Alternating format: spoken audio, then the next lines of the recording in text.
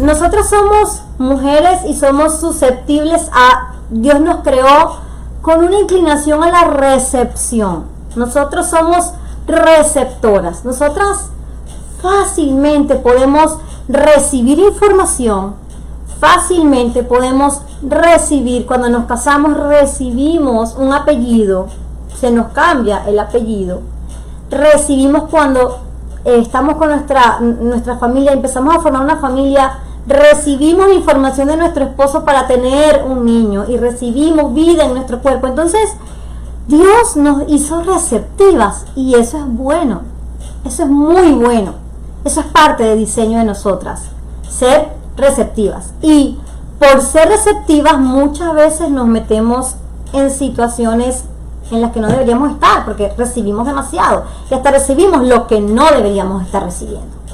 No sé si te sientes ahorita, ¿cómo se dice? Si te sientes que esto llega a alguna fibra de tu vida, pero es así, porque todas las mujeres somos receptivas, tenemos una inclinación a recibir. El hombre es más inclinado a tomar la iniciativa. Y aunque en esta era moderna muchas veces las mujeres tomamos la iniciativa, en el diseño original, en el diseño de Dios desde Génesis, Dios diseñó al hombre para que tuviese la iniciativa y para que la mujer fuese una receptora. Eso es diseño, eso lo podemos ver a lo largo del Génesis. Y porque somos receptivas, a veces recibimos información que no deberíamos estar recibiendo. Y yo quería hablar del término empoderamiento. Empoderamiento. ¿Ustedes han escuchado este término? Me gustaría que escribieran en los comentarios.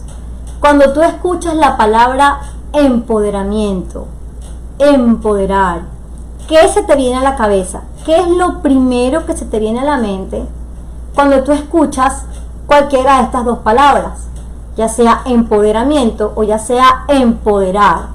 ¿Qué se te viene a la mente? ¿Qué es lo primero que piensas? Me gustaría leer sus comentarios a medida que ustedes van escribiendo, porque estoy aquí pendiente perro caliente, como decimos en Venezuela. Miren, hace muchísimos años, este es un término que hace muchos años tiene existencia, pero no solamente no se había escuchado tanto, sino en los últimos días. ¿Se han dado cuenta de eso? Yo no voy a decir en qué año nací porque me delato, pero en mi vida, en mis largos años de vida, solo he venido escuchando esta palabra desde un tiempo para acá. Yo cuando era pequeña no escuchábamos esa palabra, no escuchábamos empoderamiento, te voy a empoderar, empodérame, yo te empodero, tú te empoderas. No, nunca lo había escuchado de pequeña, no crecí con esa palabra, ni en mi casa, ni fuera de mi casa, y mucho menos en la iglesia. No la había escuchado mucho, pero últimamente la he estado escuchando, ahora más que nunca. Por aquí están diciendo revestirse de poder. Empoderamiento para esta persona es revestirse de poder. Muy bien. Y muchas veces asociamos esta palabra con las mujeres, ¿cierto? O sea, últimamente, hablo por mí, quisiera que ustedes hablaran o pensaran ahí en su casa, si no quieren escribir, mediten en esto. Siempre que pensamos en empoderamiento, enseguida el pensamiento se va hacia las mujeres. ¿Por qué? ¿Por qué? Entonces, yo estaba meditando en eso en estos días con mi esposo, estábamos conversando sobre la palabra empoderamiento. Es una palabra que usamos mucho, incluso la estamos comenzando a usar en las iglesias. He visto páginas web de iglesias, de pastores que utilizan mucho esta palabra, empoderamiento, empoderamiento. Y yo dije, wow, ¿de dónde viene esta palabra? ¿Por qué no la había escuchado de pequeña, pero la estoy escuchando hoy? Y la escucho mucho. Por aquí están diciendo tomar actitud de poder. Tomar actitud de poder es lo que esta persona considera que es empoderamiento. Ya vamos a hablar un poquito más de eso. Pero sí, nos pusimos Héctor y yo a pensar como que, oye, esta palabra, ¿de dónde habrá salido, no? Entonces, bueno, yo me puse a averiguar. Monté mi taza de café y me puse a averiguar al mismo tiempo. Y miren, el origen la etimología. ¿Ustedes saben lo que significa etimología? La etimología es el origen de la palabra, lo que significa la palabra letra por letra, ¿ok? La etimología de empoderamiento tiene un prefijo que es em, el prefijo em, que es un prefijo verbal, es un prefijo de hacer. Por ejemplo, embellecer, embellecer, hacer bella. Me voy a embellecer, voy a hacer voy a hacerme bella. Embrutecer, se está poniendo más bruto. Entonces es un prefijo de verbo. Poder, ya sabemos lo que es poder, es el sustantivo poder.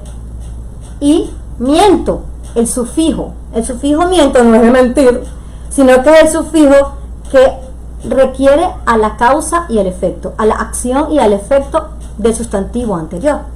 Entonces, si nos ponemos a ver el significado verdadero de empoderamiento, es el hecho de tener poder. ¿Ok? Etimológicamente hablando, ni siquiera me he acercado al concepto de empoderamiento, es simplemente lo que significa cuando tú lo lees. Empoderamiento significa el hecho de tener poder. Ok, vamos a dejarlo allí. Hasta ahorita, tener poder, no hay nada malo en esto. Vamos a adentrarnos un poquito más en materia. Realmente este término viene del inglés, que es empowerment, que el empowerment, su definición en inglés traducido, dice tener el poder legal y la autoridad para tomar decisiones propias, así como poseer plena capacidad participativa. Eso es empowerment. Lo voy a repetir. Tener poder legal y autoridad para tomar decisiones propias, así como poseer plena capacidad participativa. Como tengo poder legal para hacer esto, yo puedo participar en cualquier cosa que esté sucediendo en una rama o en un área específica. Eso es empowerment. Ahora, ok, Mayo, poder, tener poder, causa y efecto del poder, tener poder legal, participar. Vamos a ver de dónde vino esto. Y me puse a averiguar que este término tuvo su primera aparición en el año 1960 con un filósofo brasileño que se llama Paulo Freire. Paulo Freire era un filósofo brasileño que se encargaba de lo que era la pedagogía. Todo lo que era proceso educativo, pedagogía, él era defensor de la pedagogía y él hizo muchas obras y muchos libros que hoy en día todavía en la educación se toma muy en cuenta para enseñar. Su trabajo más popular se llama La pedagogía del oprimido. Pedagogía del oprimido. ¿Ok? Es un libro que tiene tilde marxista, los que ya saben, esa tendencia de la lucha por el vulnerable y el que coloniza y el colonizado y todo esto, ya lo sabemos. Pero este libro tiene esta tendencia en donde está dedicado a los oprimidos, pero a nivel educativo. ¿Quiénes son estos oprimidos? Está basado en las propias experiencias de él como profesor de adultos analfabetas. Es parte del fundamento de la pedagogía crítica. En este trabajo, él crea la palabra empoderar y se aplica a todos los grupos vulnerables que no tienen las mismas oportunidades, que están un poco marginados, esos grupos, en un proceso por el cual las personas fortalecen sus capacidades, tienen confianza, tienen visión y protagonismo como grupo social para impulsar cambios positivos en las situaciones que viven. ¡Wow! O sea, estos grupos vulnerables, estos grupos que no tienen las mismas oportunidades, pueden tener la capacidad, la confianza y la visión para poder participar en su proceso de transformación y vivir una mejor calidad de vida. ¡Wow! Esto fue el origen del empoderamiento a nivel educativo para personas que no sabían leer, para personas que no tenían conocimiento.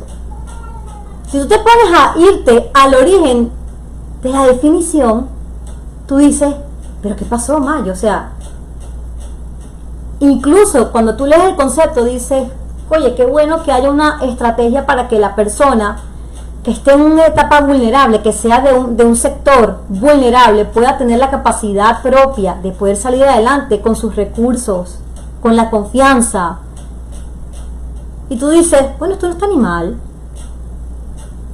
¿Qué sucedió? No te quiero decir que la palabra empoderamiento es mala o que el empoderamiento como tal es malo y que es pecado y que fuera de aquí Satanás. No te estoy diciendo eso. Lo que te quiero decir es que cuando tú estudias las cosas en origen y tú las ves como están actualmente, tú dices, pero ya va, pero aquí hay algo que no cuadra, esto no me está pegando aquí, ¿cierto? Entonces, ¿qué pasó con el término? Porque cuando pensamos en empoderamiento pensamos siempre en mujeres bendecida y empoderada para vencer, empoderada para luchar, empoderada para tener tus derechos. Considero yo que, viéndolo desde el punto de vista de Paulo Freire, si él viviera y dijera, bueno, están utilizando lo que yo diseñé e inventé, probablemente las mujeres son un grupo marginado y vulnerable. Quizás sí, quizás no sé. Pero si él estuviese vivo y él dijera, están utilizando mi término, probablemente este sector es vulnerable y necesita salir adelante. ¿Sí? ¿Qué dice Wikipedia? Dice que el empoderamiento es la capacidad que tienen las personas en situaciones de vulnerabilidad. Volvemos y rescatamos la situación de vulnerabilidad para lograr una transformación con la cual deje de ser objeto de otros y consiga ser el protagonista de su propia vida. Es bueno que te lo vuelva a leer. Esto lo dice Wikipedia. Esto no inventé yo. Es la capacidad que tienen las personas en situaciones de vulnerabilidad para lograr una transformación con la cual deje de ser objeto de otros y consiga ser la protagonista de su propia historia. Ese es el empoderamiento femenino según Wikipedia. Y yo digo, si yo veo que hay una fundación, una organización, una escuela, una clínica, un hospital, que esté utilizando esta herramienta de empoderamiento para ayudar a mujeres en situaciones vulnerables, para ayudarlas a tener capacidad y confianza de salir adelante y no ser objeto de abuso, no ser objeto de trata, de esclavitud, sino que sea la protagonista de su propia vida. Yo le digo, esto tiene sentido. Tiene sentido.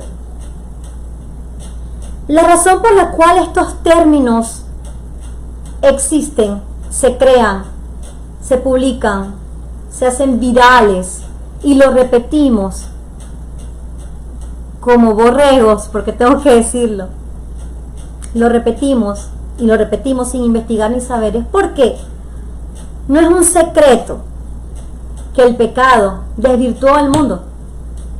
El pecado desvirtuó el mundo, desvirtuó la tierra, desvirtuó nuestras relaciones, desvirtuó todo.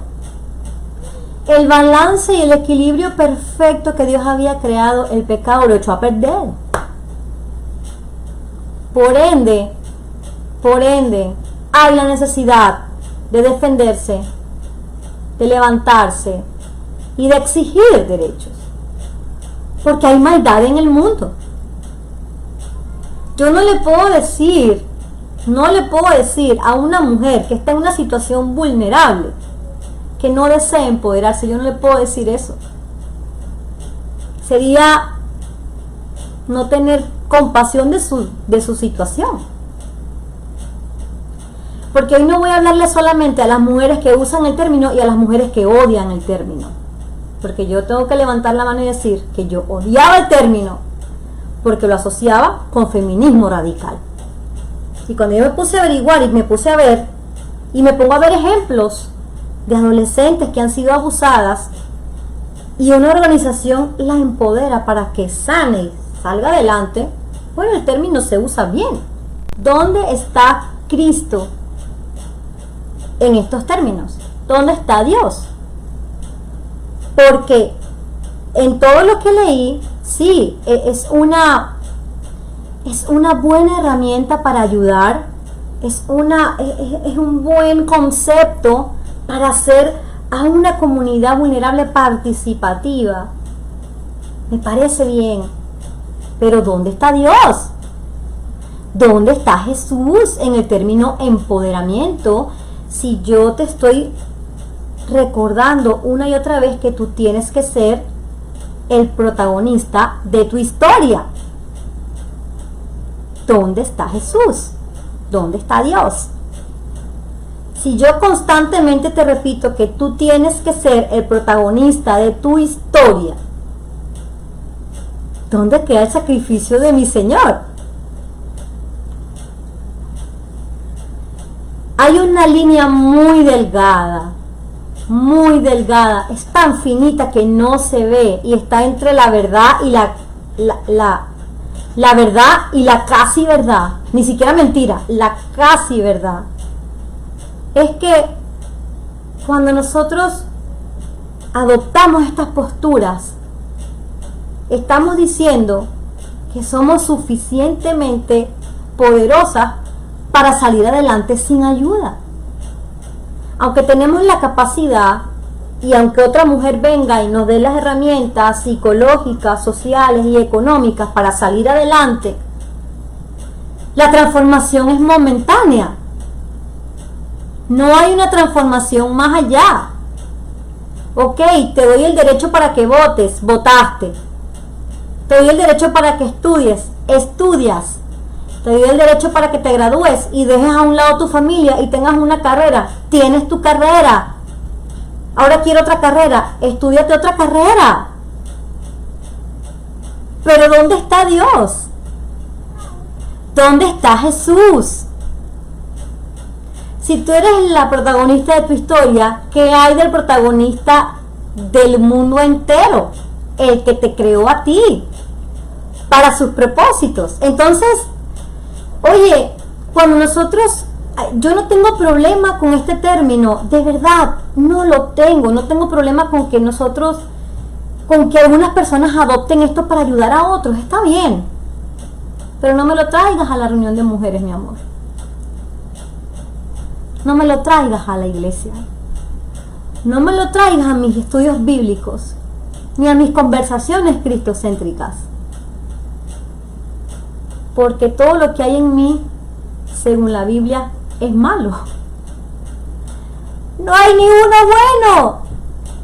Si yo voy a confiar en mi corazón y en mis capacidades, no voy a transformar nada en mi vida a nivel espiritual. Porque Jesús es el único que puede transformar mi vida de manera eterna. Ni siquiera momentánea, eterna, para siempre. Cuando traemos este tipo de cosas a nuestras conversaciones, a nuestras iglesias, a nuestros grupos de discipulado, empezamos entonces a sustituir. Ya no te voy a discipular, ahora te voy a empoderar.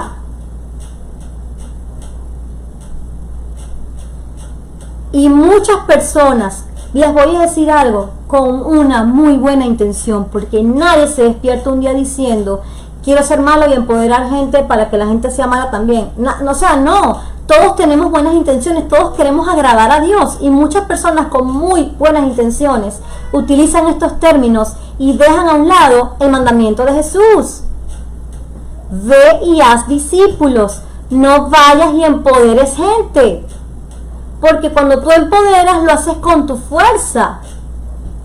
Si tú buscas en el diccionario de la Real Academia Española, el término empoderar es dar poder y dotar de poder a alguien. Yo te pregunto a ti, ¿tú tienes poder?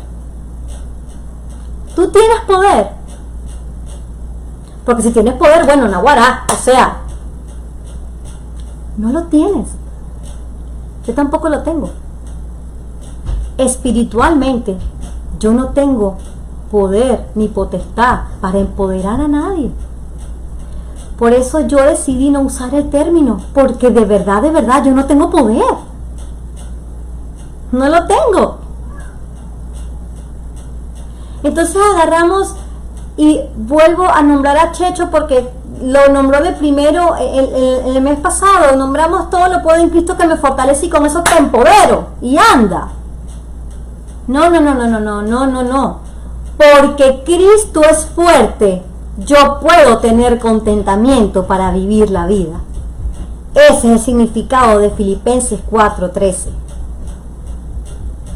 No es que yo decido sobre mi cuerpo porque todo lo puedo en Cristo que me fortalece. No es así. Lee el contexto, mi cielo. Pablo estaba hablando de vivir en contentamiento y agradecido hasta en la peor de las cárceles, porque Cristo le daba el poder para tener contentamiento. Entonces no vengas tú a empoderar a alguien con Filipenses 4:13, porque eso no es así. Y te quiero decir algo más. Discipular no es empoderar, y empoderar no es discipular. Jesús nos mandó a discipular. Necesitamos discipular. Porque cuando estamos empoderando, según el término, según lo que yo investigué, porque yo hice mi tarea, según eso, la persona sale adelante y se olvida del proceso, se olvida de ti, porque ya está mejor. Ya está mejor. Sí, pero puede empoderar a otras personas que van a salir adelante y van a estar mejor. Socioeconómicamente hablando. ¿Y qué pasa con esto? No puedes dejar a un lado el discipulado para empoderar gente. Y otras personas con las mejores de las intenciones también utilizan la palabra empoderamiento para ejercer control sobre los que están debajo de él. Y lo siento, tengo que decirlo. Ejercer control sobre la oveja con el empoderamiento para decir, yo te otorgo un permiso para que tú hagas una tarea. Y eso no es bíblico. Te doy una autoridad porque estás bajo mi cobertura y yo te he empoderado. Según el término, ni la persona está en una condición vulnerable y no es necesario que tú le des una cobertura para que él haga lo que Jesús le mandó a hacer en Hechos 1:8. Amigas y amigos, Jesucristo ya nos empoderó. ¿Qué dice Hechos 1:8? Estoy conectada así. ¿Qué dice Hechos 1:8? Pero recibiréis poder cuando haya venido sobre vosotros el Espíritu Santo. Recibiréis poder. Poder. Cuando haya venido sobre ustedes el Espíritu Santo. Si tú no tienes el Espíritu Santo, por mucho de que te impongan manos y te empoderen, no va a pasar nada en tu vida, mi cielo. Si tú no tienes una relación genuina y cercana con Jesús y no tienes su Espíritu Santo, que es la persona de Cristo en tu vida, no hay empoderamiento que valga, no hay transformación. Ojo, y el poder que te dio Jesús en Hechos 1:8 no es para que tú hagas todo, porque lo puedes en Cristo que te fortalece. No es para que tú tomes decisiones sabias o porque para que tú te compres una casa donde tú quieras o te cases con quien tú quieras. Dice, recibiréis poder cuando haya venido sobre ustedes el Espíritu Santo y me seréis testigos. Me seréis testigos. Jesús te dio su Espíritu Santo, quien tiene poder, no tú, quien tiene poder para que tú seas testigo. Ni siquiera es para que salgas de la pobreza, porque Jesús lo dijo, a los pobres los tendréis para siempre. La pobreza siempre va a estar, vivimos en un mundo caído. Va a haber pobreza, va a haber sectores vulnerables, van a haber personas que no van a poder salir adelante por sus propias fuerzas para toda la vida. Eso no se va a acabar. Pero Jesús quiere que tú seas testigo. Entonces, ¿cuál es la enseñanza de hoy? Yo no te quiero decir que dejes de usar el término No te quiero decir que el término en sí sea malo. Lo que te quiero decir es que tú tengas cuidado cuando tú traes una de esas teorías a la iglesia y al cuerpo de Cristo. Porque la palabra dice que nosotros no somos suficientes, no tenemos el poder para salir adelante solos. ¿Qué es lo que dice esta terminología? Que tú puedes ser protagonista de tu historia, tú puedes salir adelante, y cuando tú te pones a ver espiritualmente, tú no puedes.